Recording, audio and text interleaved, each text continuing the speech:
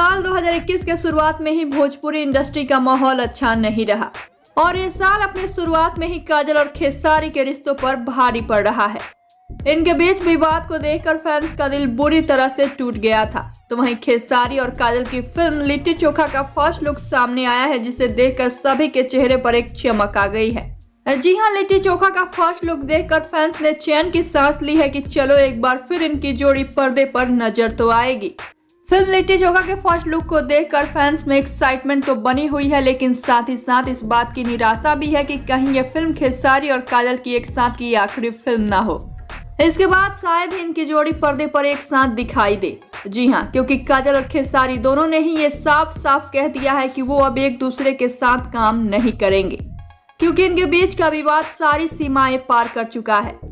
तो इस first look को देख खुशी के साथ निराशा भी है, क्योंकि जिस फिल्म का इंतजार सभी को बड़ी बेसब्री से था, उसका फर्स्ट लुक ऐसे और इन परिस्थितियों में सामने आएगा ये किसी ने सोचा भी नहीं था। लिट्टी चोखा फिल्म के फर्स्ट लुक की बात करें तो लुक बहुत शानदार है।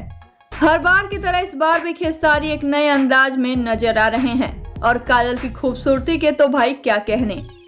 फिल्म को 18 अप्रैल को रिलीज किया जाएगा और इसका ट्रेलर भी आप सबके बीच जल्द से जल्द आएगा।